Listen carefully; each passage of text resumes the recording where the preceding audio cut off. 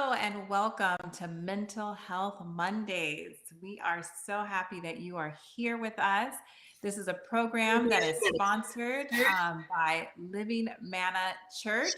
And we just are so thankful that we are covering these topics that affect everyone's life in one way or the other.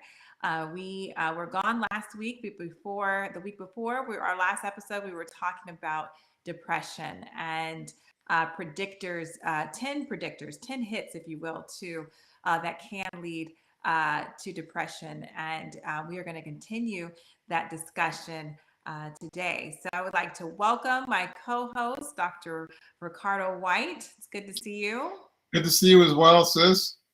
Yes, it is just so exciting to be here again. We want to know where you guys are watching from. We like to see what state, what city, what country. So if you could just put in the chat and just say where you're watching from, we'd like to welcome you personally to Mental Health Mondays, and we are excited about today's topic.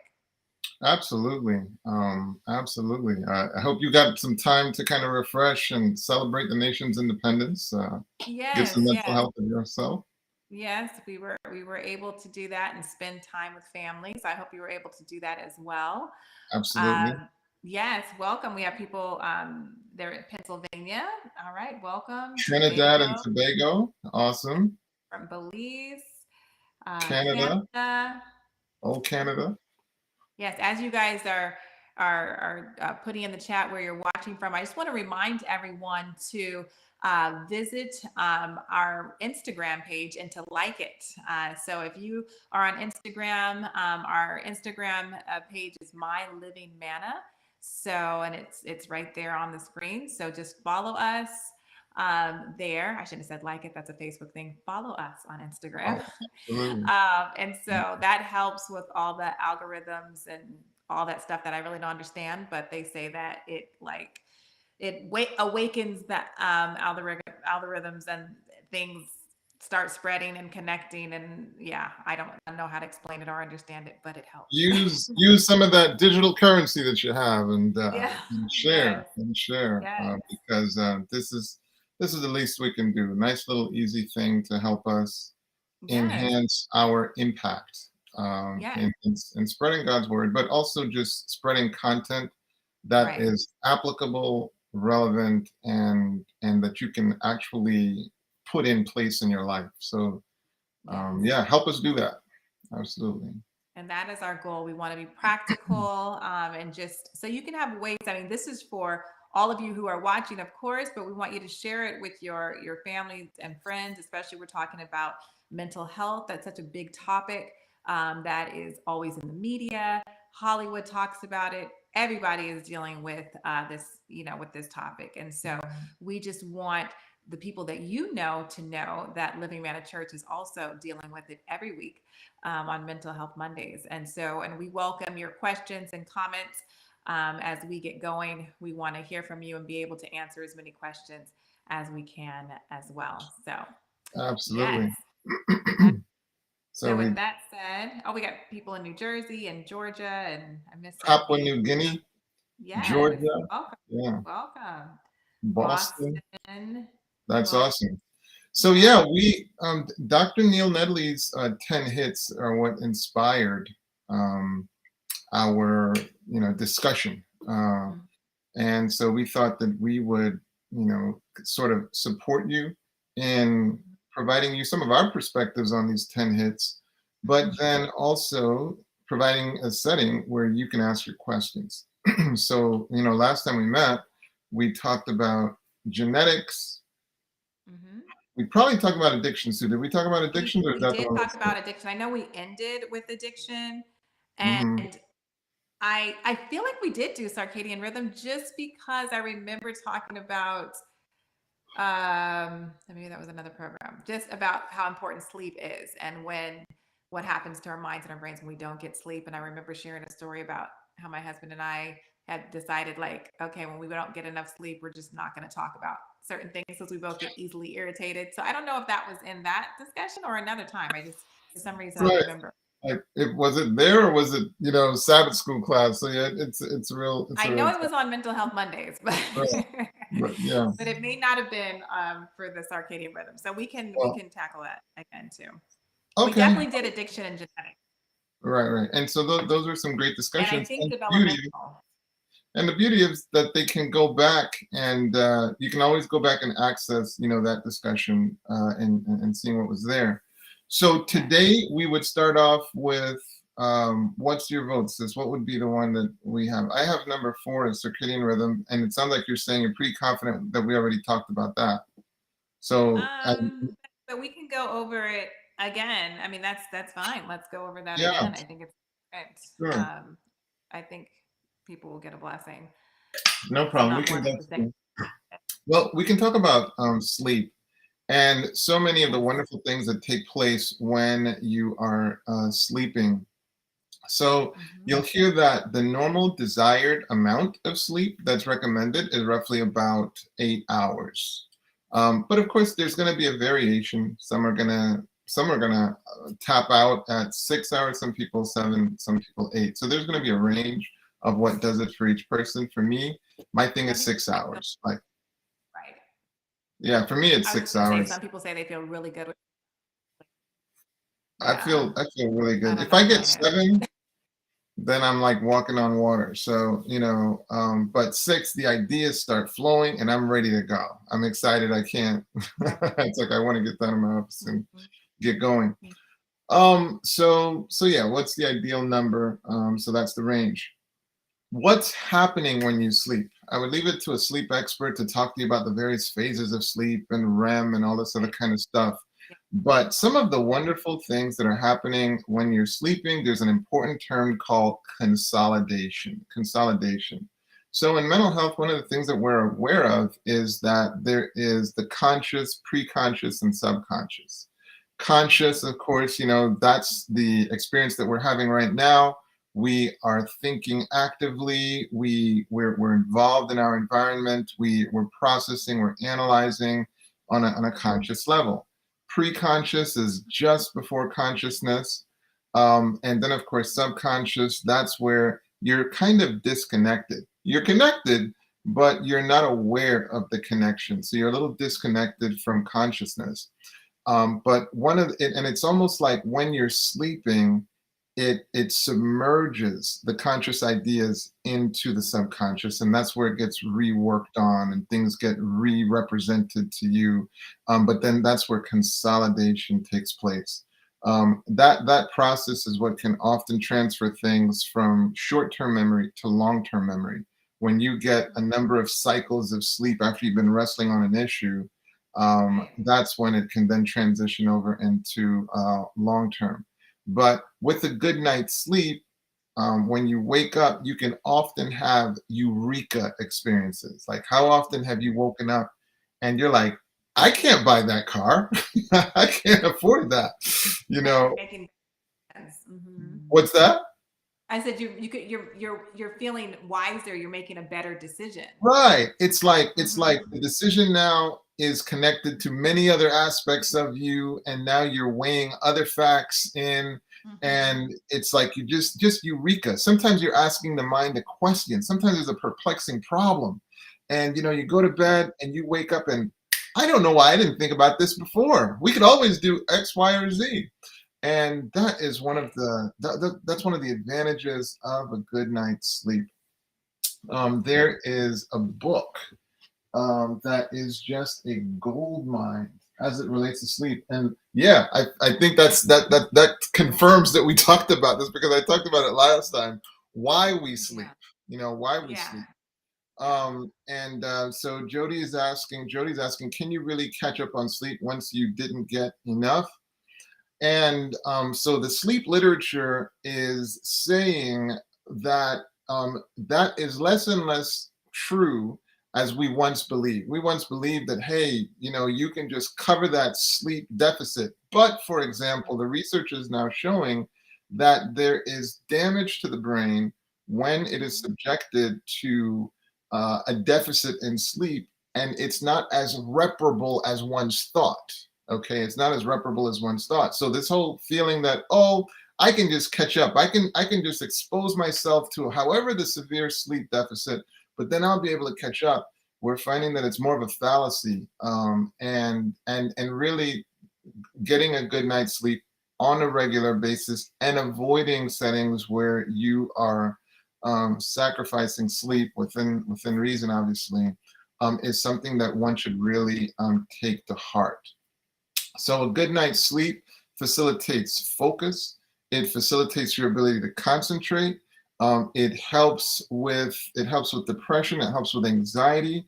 It helps you to be more hopeful. What were you gonna say, sis?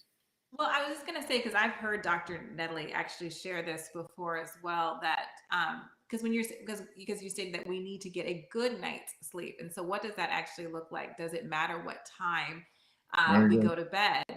Is just any hour at night, does that make a difference? And I've heard Dr. Nedley share about getting the growth hormone by going to bed between the hours of 9 and 10 o'clock, and then that also helps to raise your serotonin levels, which helps with depression. So And it's not because just, right, getting sleep I is was saying, when it's not you go just to going to bed, but going to bed bed at a certain at time. a certain time. Um, mhm. And he's actually talked about it, and it's almost like you get double value of sleep, so that like 2 hours before midnight, for example, would be like more like Right. 4 hours as opposed to just 2 hours. Mhm. So yeah, he definitely has some very interesting commentary on that, but the idea being that it can profoundly enhance your well-being.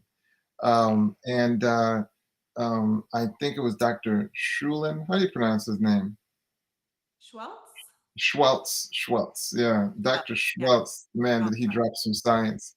Yeah. I think it was him that had described that, like, when you're sleeping, it's almost like road work. You know how Yeah. if you've ever driven somewhere like late at night, you'll notice that there's all this construction taking place because Right. it's overnight, and it's almost That's like the what I'm body finding. does that as well. That it's during sleep that so much repair takes place, Mm-hmm. and so if you miss the sleep, then that repair might not get an opportunity to take place. In other words, there's just so many things occurring. There's so many things occurring when a person is trying to sleep. Let's see. So we have, I'm depressed, hopeless because of my repetitive sin. I may repent today, but I know I'll do the same thing some other day.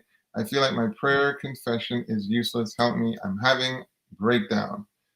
So, especially when you are feeling overwhelmed and, you're at that breaking point, please remember to access emergency, services. Remember that 911 is something that you can think about, because we don't take that lightly.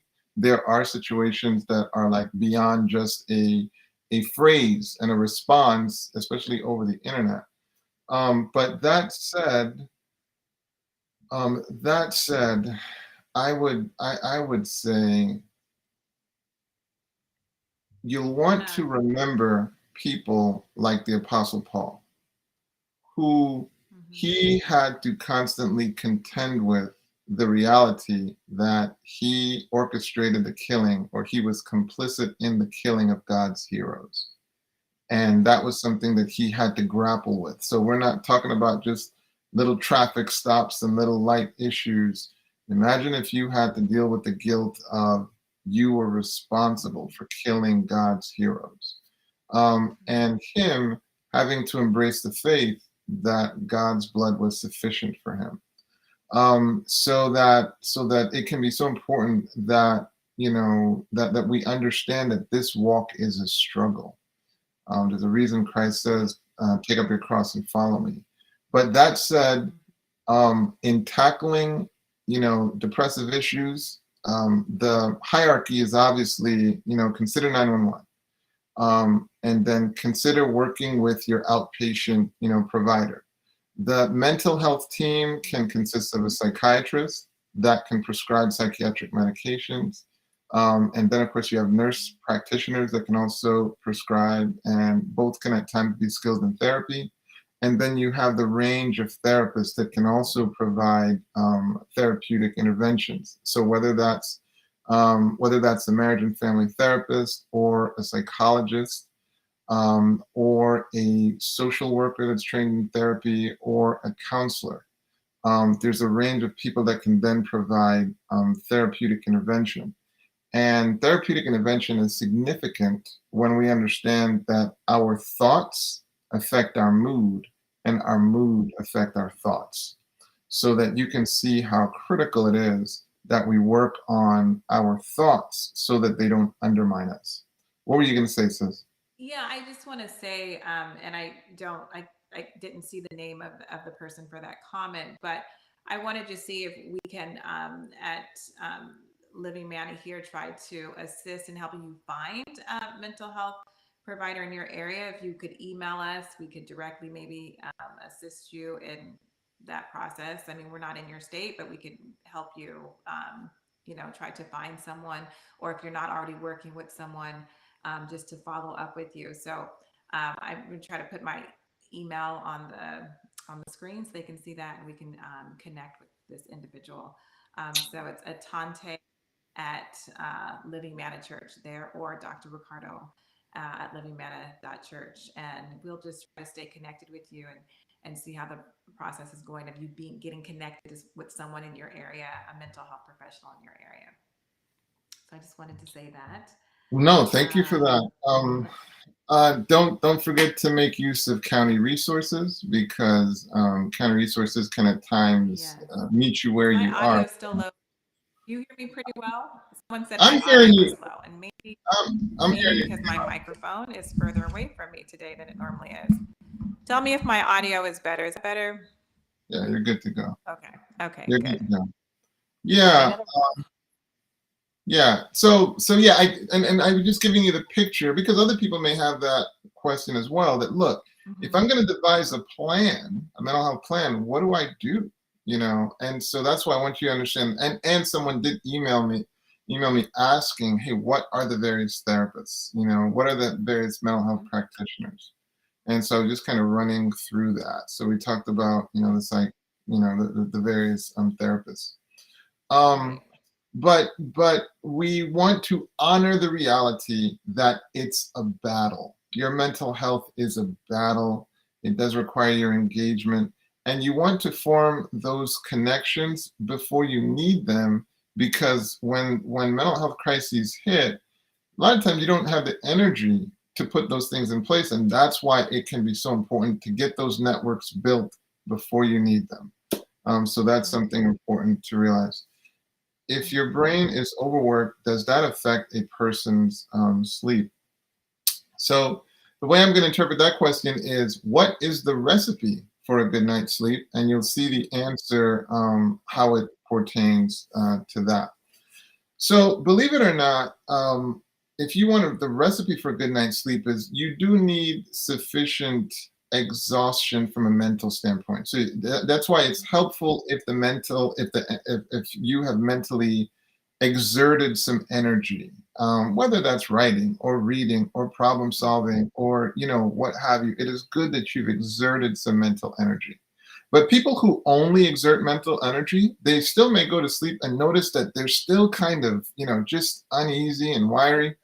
And so it's Mhm. good to get some physical exertion, as well. Mhm. And, work this all out with your primary care mental health provider, because we obviously are not your practitioners. But the bottom line is, so it's good to get that balance of physical exertion, mental exertion, but you're still not ready yet. Right. So when you now get to that sleeping time, now we're going to talk about, environment.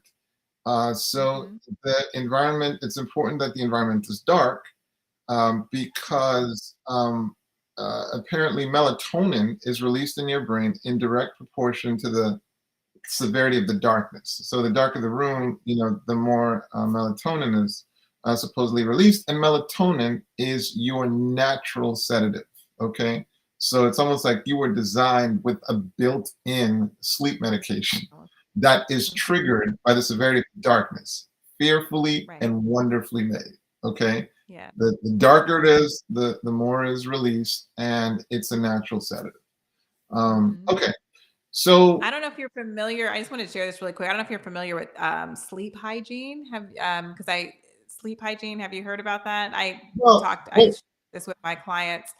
go for Just it. Go for it. 30, well, just 30 minutes before you're preparing to go to sleep. It's and when you're saying like if your brain is overworked, can you get a good night's sleep? So there's just ways to just kind of relax and shut the brain down enough so that, and part of what you just shared, being and not having your screen, your cell phone on or your computer at least 30 minutes or so before you're going to sleep. Do a relaxing thing like taking a bath, and don't get in the bed right away when you want to go to sleep. Like sit on your bed or sit in a chair in your room and read a book and just kind of relax. And then within 30 minutes, get in the bed, and then you can fall right to sleep and you're relaxed. So it's basically just um, helping you to relax so that you can get enough sleep and kind of shut your brain down to relax as well. But it's called sleep hygiene. Go ahead. And what I was calling it is a calming pre-sleep routine. A Same calming thing. pre-sleep routine. Same thing. So Same so thing. you've exerted yourself physically, you've exerted yourself mentally, and now you need a calming pre-sleep routine. Mhm. It's a routine that informs your body, okay, now we're sleeping. Okay. And so of course there are things to avoid, the screens, it's a nice idea to Mhm. avoid those things. There are discussions that it's nice if you can avoid them. Mhm. So you get it. You're signaling to yourself, okay, now it's time to go to sleep. The temperature of your room, the research advocates for something that's usually a more on the cooler side. That it's sufficiently dark. We talked about the darkness being in direct proportion to Mhm. the release of melatonin, the severity of Right. darkness. Let me Mhm. see what else. I mean, obviously practical things like, what you're wearing, Yeah. that being soothing, and, having, it'd be nice to be sleeping in a nice, comfortable bed. All that kind of stuff, helps. Um, but that's the big one. And then the other piece is what you avoid. What you Mhm. avoid. So a lot of people, if they pay attention to it, they'll notice that going to bed on a full stomach can be Mhm. very disruptive to a good Right. night's sleep. Does that, and isn't it unfortunate that like everything is designed around eating late at night? The best entrees come out later in the evening. There are Mhm. restaurants that don't even Mhm. open up until the evening, when in Right. fact I'd When we love should to already be done with eating, really. like my ideal is I want a nice robust breakfast. That's where I really want a nice big breakfast, and I want a lighter lunch, and then I'm A usually done. smaller. Yeah, Mhm. I'm usually done because I ideally would love to be done eating by 2.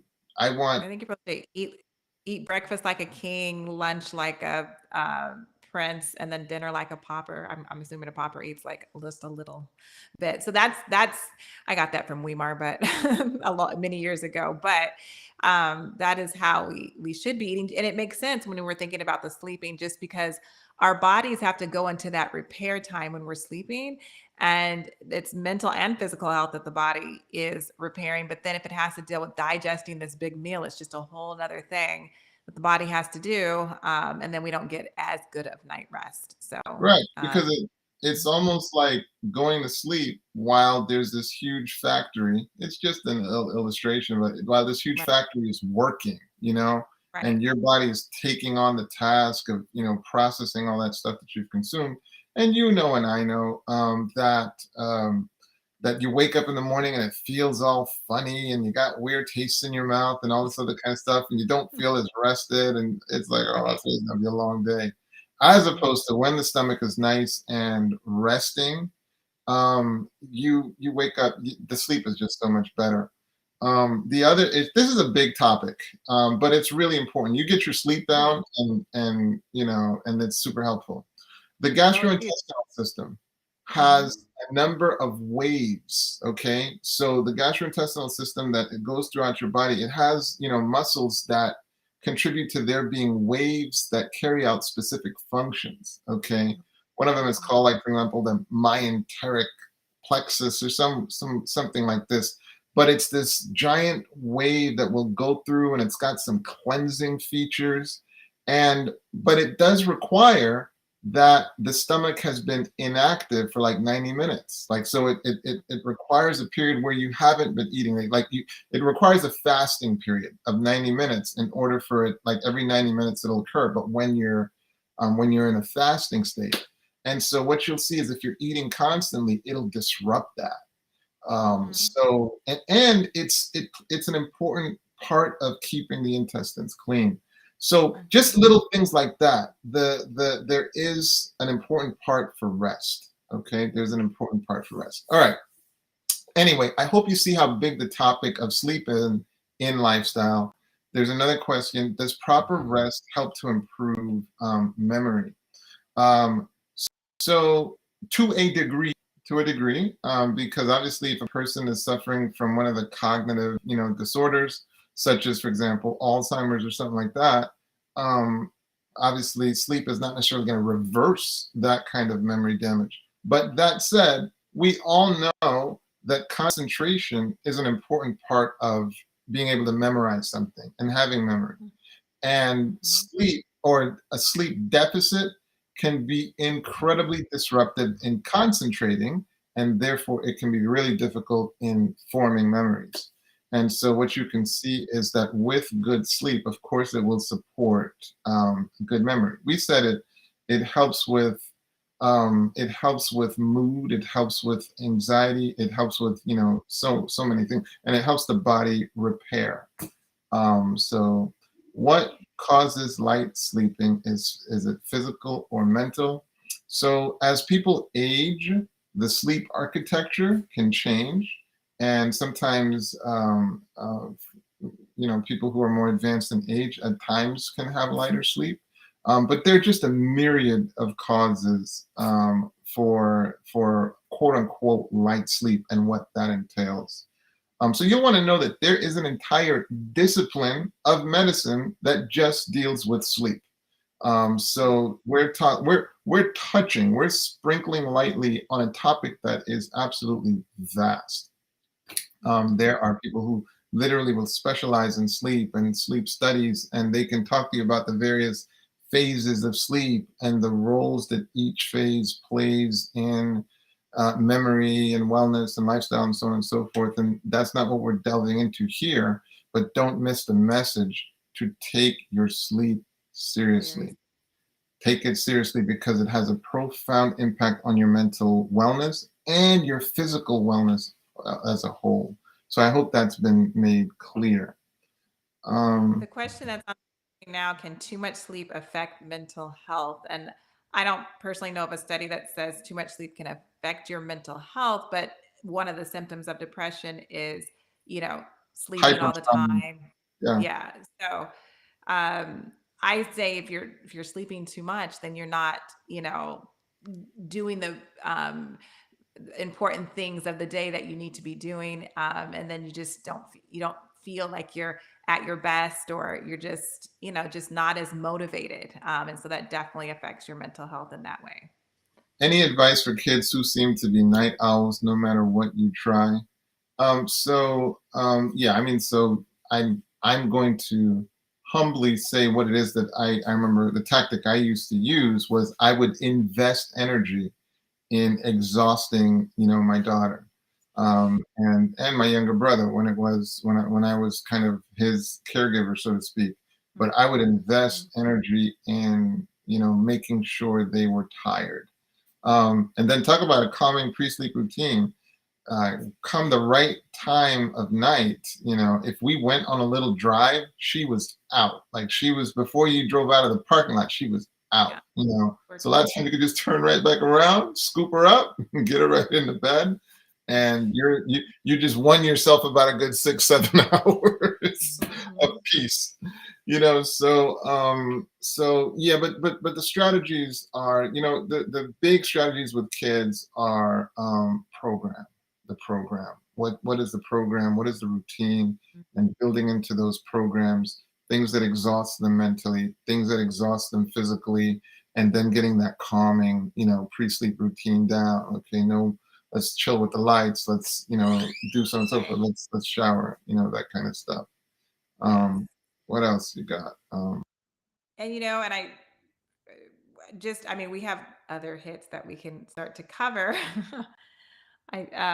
So I, I don't know if there's any more questions about sleep. But we also have one of the other hits out of the 10 hits that can lead to depression is nutrition. Okay. So maybe we want to hit on nutrition, how nutrition can be one of the hits that can cause depression. Yeah, and all along we are talking about books that help in the discussion of these topics. Mhm, So definitely Forks Over Knives. There's another mhm, book, The End of Overeating. So the bottom line, when we talk about nutrition and depression, the goal is a diet that does not promote inflammation, mhm. because they're associating. You're gonna get what you need, my sweet. We're gonna get a cameo by my sweet one. Yeah, absolutely. There we It's go. okay, Florence. We love you. We're gonna have a problem with my agent because I can't work under these kind of circumstances. No, So yeah, you were talking about inflammation, yeah, diets, yeah. So anti-inflammatory if a diet. diet is Hmm. pro-inflammatory, there's research documenting an increased predisposition to depression. And so the idea being that you want diets that are like anti-inflammatory, and they identify the Mediterranean diet, for example, as being less inflammatory. And of course, a more plant-based, diet is one that's going to typically be more less inflammatory. Huge Hmm. topic, huge topic. But yeah, It is just a some of the huge books topic. that I found helpful. For example, at least that helped me. The End of Overeating. I believe it's Dr. I'm not even going to try to guess the name, but The End of Overeating, where he talked about the fact that food that is being designed with a certain ratio of fat, salt, and sugar optimizes, increases Hmm. the release of endogenous opiates in our brain. So when you consume these foods with the right ratio of salt, fat, and sugar, Hmm. it increases the release of endogenous opiates. So these chemicals that we will consume, the reason that we get impacted by them is because we clearly have receptors, for those chemicals, which also signals that we have internal chemicals that will interact with those receptors to cause the effect. But the idea just being that um, if I eat this much, to satisfy hunger, if I eat just this much to satisfy hunger, um, I may need to eat this much to satisfy the pain of a painful breakup, the emotional pain of a pain. You've heard of like comfort foods. Right. So obviously, there's more of a risk of eating past satiety when your objective for eating is not just hunger, but if you're self-medicating emotional pain. And you Hmm. can see why you want to tightly attach eating to satisfying hunger. And then paying attention to just before feeling full, being able to push that plate away at that point and say, okay, I've had enough, rather than you going past that point of fullness and then you really stuff yourself. So Hmm. that's just dealing with quantity. Never mind again when you eat, and never mind what you choose to eat. And so we're really painting with broad strokes, Okay. but the research is pretty clear that a plant-based diet is one that really can support sort of fighting, against depression. One that is not as Mhm. pro-inflammatory, and then a less inflamed state is less likely to be associated with depression, for example. Mhm. Go ahead, sis. Because the plant-based diet has obviously more vegetables that vegetables, fruits and vegetables that help to fight inflammation. So are you saying that um, it's how much you eat and what you eat that helps to um, fight depression.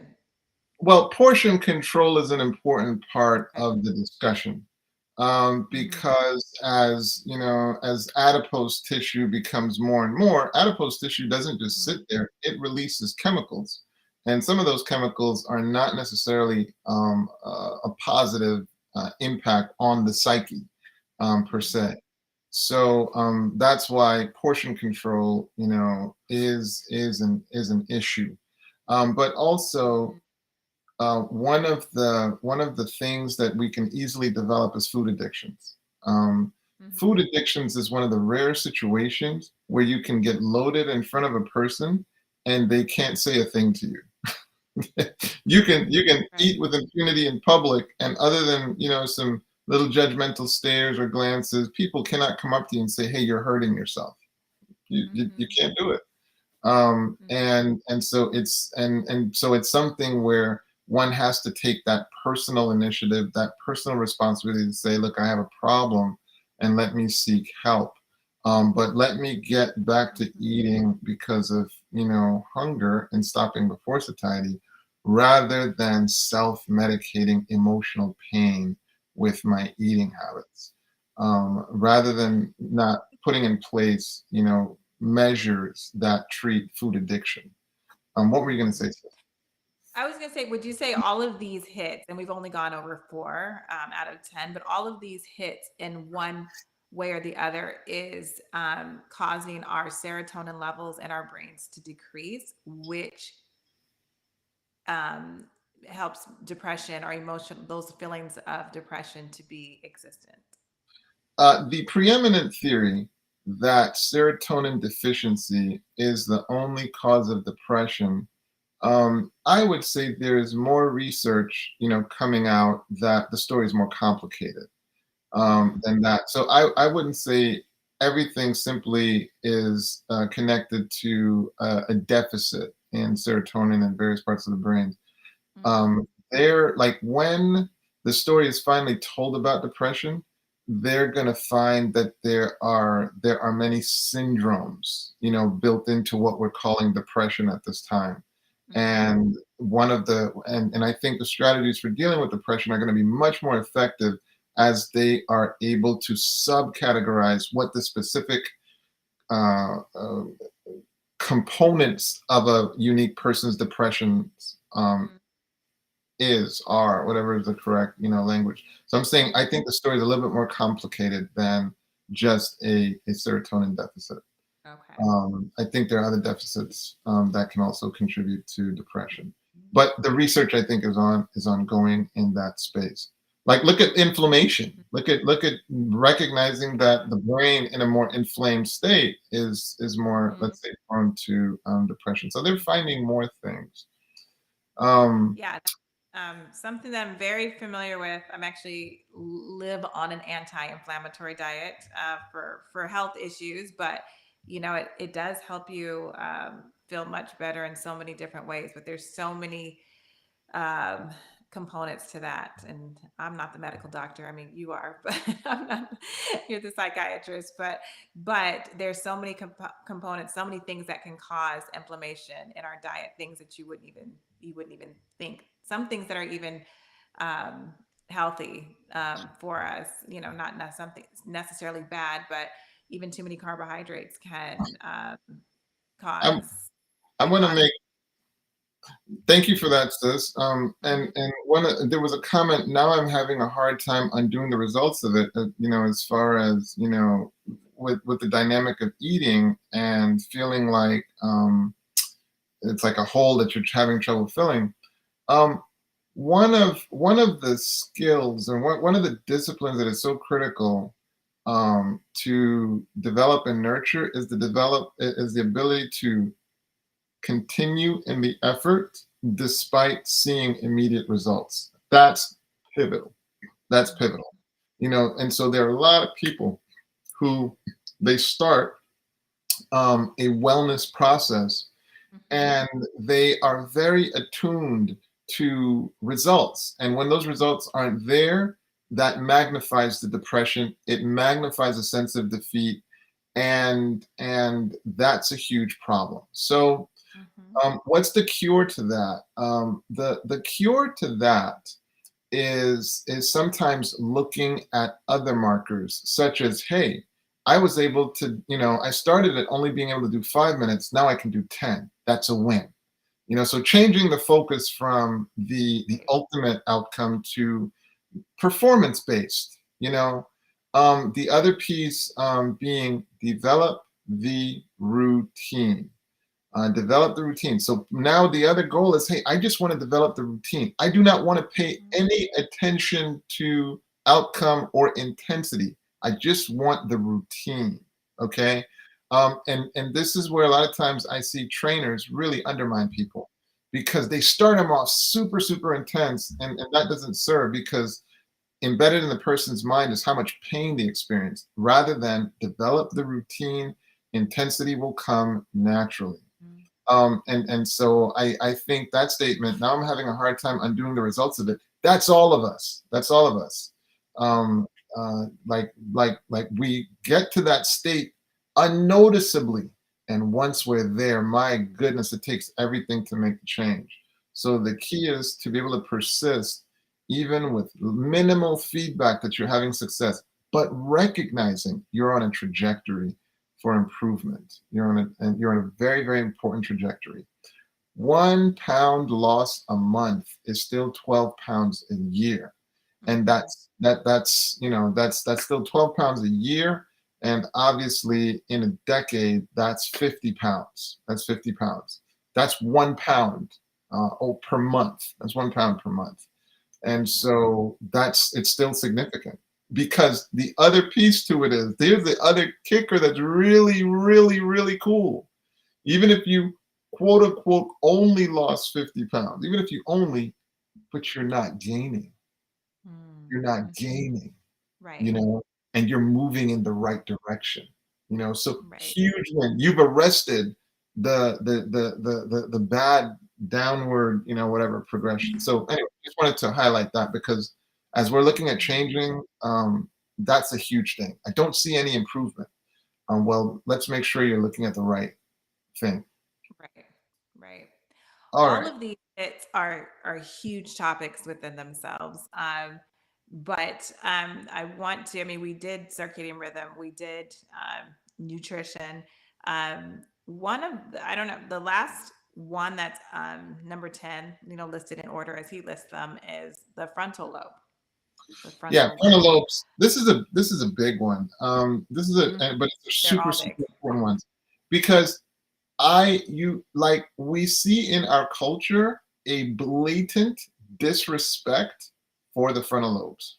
A Hmm. blatant disrespect. You will see people heading the soccer ball. You'll see people doing amateur boxing where they're taking hits in their head.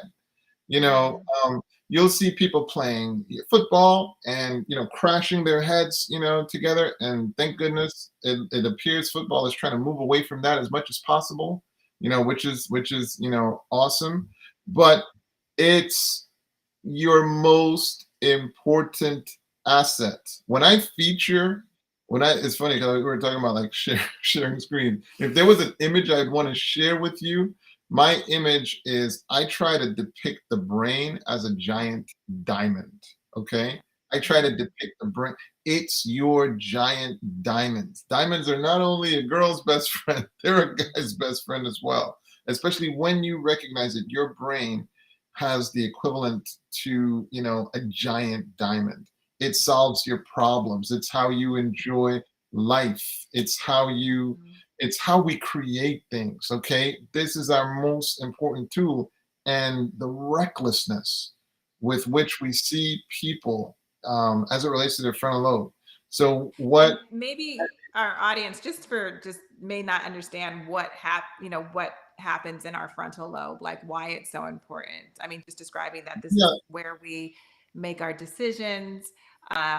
This it's where your is morality sits. A yes. nice illustration of your frontal lobes, especially if, imagine if you had a person looking in this direction, you saw their, you know, they were sawed in half. You moved one half of their brain, so the brain is looking out there like this. So this is what we're describing as that, frontal lobe, that frontal part of the brain. It's also called the cerebrum, the covering brain. It's where they say the high order thinking is. By high order, we're talking about morality. We're talking about decision making. We're talking about skills um, such as what is it? Delayed gratification. Okay, these are some of the skills that are supported by the frontal lobes, the prefrontal cortex. So you can imagine dampening impulses coming from the limbic system. Okay, so you may have the urge to do something inappropriate. For example, it's that frontal lobe functioning that says, "Don't say that. Don't do that." I've shared before. The adult, yeah, I'm sorry. I No, call what it were the you saying? adult brain. I call Yeah. it when I'm talking to my clients, I call it the adult brain. And Well, I've shared that passion before. from the limbic system is like the child part of our brain that's telling you to do Right. something that's not very wise. Well, I've shared before that part of my secret to marriage is learning, don't say the first thing that comes to mind. Don't say the second. Don't say the third, the fourth, or the fifth. In fact, don't say it now. Okay, just Yeah. hold on a Don't say it second. at all. Simmer. No, think about it for a while. Yeah. You don't have to say it now. And what's helping me do that? The frontal lobes. Okay, the frontal lobes. Right. Why on earth would I want to engage Doc- in any behavior that damages those frontal lobes? What were Right. you going And to say, so sis? connecting I was going to say connecting our frontal lobe to depression. In Dr. Nedley's study that he did, I mean, he's talking about things, elements in our society that can cause our frontal lobe to be affected negatively through things that we listen to, things that we watch, as far as things that are on social media that have that impact. So that is a whole deeper study within itself I mean, as you want well. to talk about, like, we can do a show on that. Like, we can straight up do a show just on media, because when you listen to love songs that say something like, "I can't live if living is without you." Sorry, I need to You're hit just a focus. That's what sought I need after to do. person today.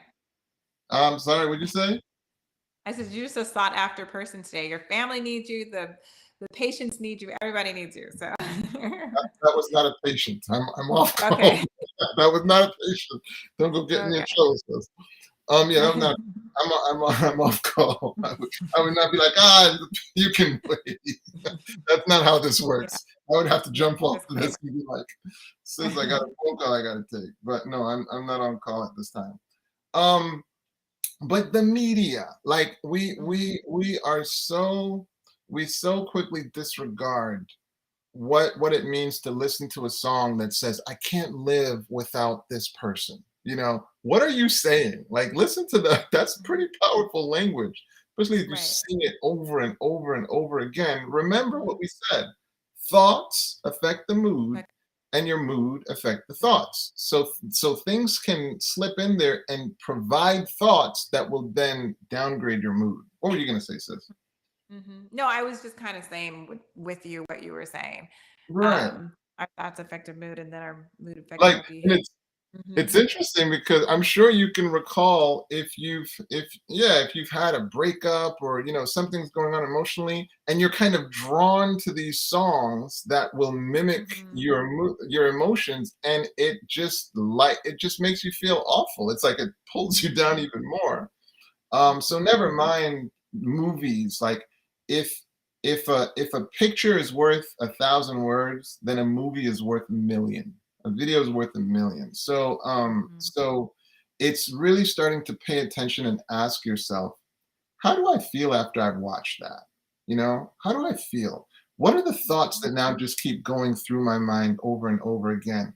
And could I do a better job of choosing content that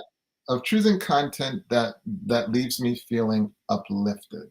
So that is something that is worth exploring for sure.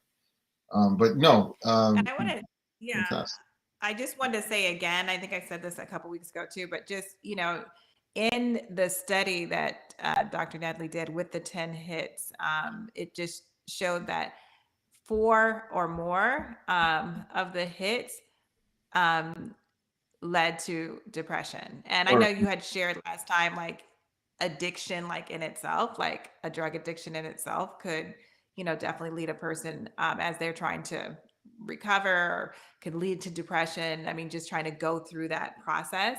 right. But in his study, it showed that 4 or more of these hits can lead to depression. And so it just when they are dealing in this program, depression recovery, they're not again necessarily dealing with all of these things, but they found that if they dealt with if they got it down to 4 or less hits, they were recovering from depression at a much faster rate. So I just found that pretty interesting. Right. Well, yeah, it's a numbers game. His research was definitely something that was, statistical, and so but I just wanted to be clear. Take, for example, some of a medical hit. You can have hypothyroidism alone, Right. be hypothyroid, and boom, So I just, and again, I mentioned, with addictions, for example, you could be on one drug per se, and let's say like methamphetamines, and it deplete your dopamine, and boom, but the idea just being, so imagine a person who's hit with four of those things, and then also to keep in mind that those things, it's really hard to isolate them to one thing, so they Mhm. kind of are going to come along with stuff, but yeah, the idea just being, looking at how resilient our mind is, that it can sustain so many things, and sometimes still the person won't succumb. And so, but the idea just being, it's a great model to look at, that, my goodness, Mhm. let me screen to see how many of these things are relevant to me, how many things are in play, and how can I mitigate them? Because that was the other thing that was great about his study, that he's like, okay, well, let me assess a person, let me see what their hits are, and let me try to do something about that. And that's a different model, I would say, than traditionally, and so that's why I think it's incredibly, powerful to say, let me really try to see what is the syndrome that describes this person's depression. I think that's incredibly powerful and useful. Mhm. Mhm. Just Yeah, like we're that, sis. Just like I that. know it's we have 1 minute left, but I just want to thank everyone who tuned in and asked their questions. I want to recommend a book. I put it way up in the beginning of the chat, and maybe Amra, our producer, can put it on there. But it's called "Get Out of Your Head." That's a book that I recommend to clients that are dealing with depression. It's dealing with your thoughts, and it's by Jeannie Allen.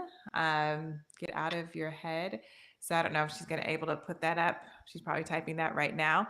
So that's one of the main books that I tell clients about. I'm pretty much coming from a behavioral therapist point of view, and I just find that with depression, it really helps with just really be helping people become aware of their thoughts and what their thoughts are doing, the toxic thoughts and the automatic thoughts and the negative thoughts. So that's just one of the books that I recommend, but I'll probably put it in the chat here. But then you can tell your book while I type this in the chat. Sis, I'm going to also What? recommend a book. I know the author. Okay. He's a pretty good guy. It's Killing Burnout. Okay. Yes. Yes. You're the author. Yeah, I'm the author of that. And what it really deals with is just a comprehensive approach, to killing burnout. Because there are these key vital areas of our lives that we're supposed to design strategies for optimizing ourselves. So yeah, Killing Burnout, you can go to killingburnout.com, and you can check out the resources that we feature there. But the idea just being, our approach, you know, to mental health needs to be an active one. Needs to be an active one. Like, make a plan. It's important. So please don't be passive and just stay at the state that you're in. It requires you to be active in moving towards health. and protecting yourself from sources that will depress you, Right. protecting your frontal lobe. Mm. Um, we still next week can talk about toxicity. We can talk about some of the more prominent medical. And I Mhm. think in the context of social, it'll allow us to talk about boundary setting, the importance of boundary setting. What are decisions that you Yeah. can make Mhm. in order to protect yourself from depression?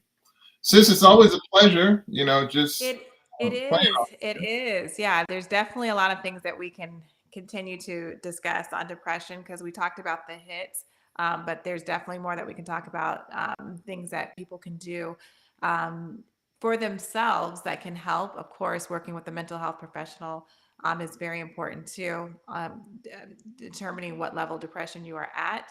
But those definitely things that we can talk about. As we come back. I have to say this, and we didn't get to talk about this before, but I actually won't be here next week. Have the last family trip of the summer with my kids before they go back to college. Well, my baby one is going to college for the first time, but and so it wouldn't be for 2 weeks that we would have mental health. Well, Month. this gives them a chance to review the prior lessons, That's right. That's Sister. right. So yeah, it's like So a lot of stuff that's digested, and then of course you can come back with your questions and stuff. And safe right. travels to you. Thank you. Um, I think we're safe going to your. You're from New York, right? But we're going to Connecticut. Were you from Connecticut? I thought you were. I grew up. No. Yeah, I left New York and I went to Connecticut. You're exactly right. Oh, that's right. You went to school there. So I Yep. went to University of Connecticut for medicine, but like, yeah, my family lives in Connecticut, now. So Yeah. We're going up in that area. and we always want to remind you to remember to give, to make these kind of programs viable. I'm Yes. really proud of a church that is so committed to saying, "Hey, we want something for you every day of the week." Yes. It's so awesome, man. Tuesday, man, the programs, Are just amazing. amazing, programs subsequently. So please give to Living Manna so that it can continue to do the Lord's work. And if you want a treat, don't forget to tune in on Saturdays. There is a young man, a pastor that you may know, Sister Atonte, Mhm. who is just committed to, just dividing the word in a way that it puts what we're seeing today in a light that can just help you with your perspective and help you understand a bigger picture. And so don't forget to tune in on Saturdays. I'm convinced that you'll be blessed with thought. Remember, we talked about the fact that some mental exertion is really helpful. Yeah. Well, that can be a really helpful part of you, mentally exerting yourself, because he is going to deliver some living manna That's right. that you can You actually can learn. apply. Yes, you can learn all about the church by visiting the website, and that's where you can give if you'd like to financially support.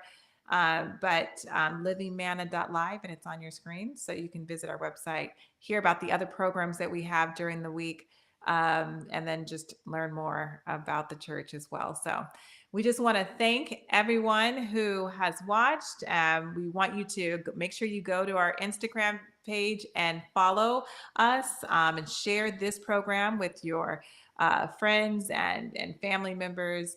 And we look forward to being back with you in 2 weeks. But while we're gone, you can go back and watch the this one again, and the one before that, but also programs before that. We were talking about anxiety and phobia. So if you want to catch up and get information on that, you can also watch those as well. And so we have lots of information that you can catch up on. And then you can also get those books that we mentioned that will help you as well. That's what we recommend to our clients and to our patients. So we look forward to having you back in 2 weeks. And I thought about it after we were mid going through this, that we opened up in prayer before we started, but we didn't open up in prayer when we got on. So we're going to close in prayer, and then I'm going to ask you, Dr. Whyte, to close us out in prayer. Absolutely. Shall we bow our heads? Our Father and our God, we thank you so much for this space that you created for us to really see that we are fearfully and wonderfully made. And also, there are things that we can do to push us towards wellness, especially mental wellness. So please be with us in the strategies that we employ, the boundaries that we set, and so that we can be viable and we can be servants for your kingdom. Please be with Sister Atonte and Pastor Myers as they travel.